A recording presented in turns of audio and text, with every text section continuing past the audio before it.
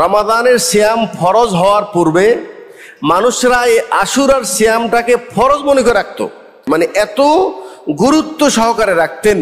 কিন্তু রমাদানের সিয়াম যখন ফরজ হয়ে গেছে তখন ইসলাম এখতিয়ার দিয়েছেন, এখন তুমি ইচ্ছা করলে রাখতেও পারো, ছাড়তেও পারো, কিন্তু যদি রাখো তাহলে অতীতের 1 বৎসরের সগীরা গুনাহ মাফ হয়ে যাবে। কারণ হিসেবে আল্লাহ নবী বললেন, যখন ইহুদিদের জিজ্ঞেস করলেন তোমরা এই মুহররমের 10 তারিখে রোজা কেন রাখো, তখন তারা বলছেন যে মুহররমের 10 তারিখ এমন একটি সৎ দিন যে আল্লাহ পাক এই দিনে মূসা আলাইহিস সালামকে ফেরাউন এবং তার শত্রু থেকে নাজাত দিয়েছেন। আল্লাহ নবী সাল্লাল্লাহু আলাইহি ওয়াসাল্লাম তিনি নিজে সিয়াম পালন করলেন এবং অন্যদেরকেও এই দিনে সিয়াম পালন করার নির্দেশ দিলেন।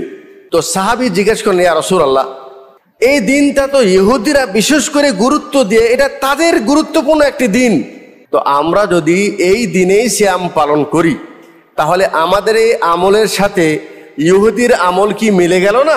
তাই রাসূল বললেন, আমি যদি আগামী বছর বেঁচে থাকি তখন আমি কি করব, 10 তারিখের সিয়াম রাখবই যেহেতু এটার ফজিলত বেশি, তবে তার সাথে 9 তারিখ যোগ করে আমি আরেক দিন সিয়াম পালন করব, যেন সিয়ামও হয় ইহুদিদের বিরোধিতাও হয়।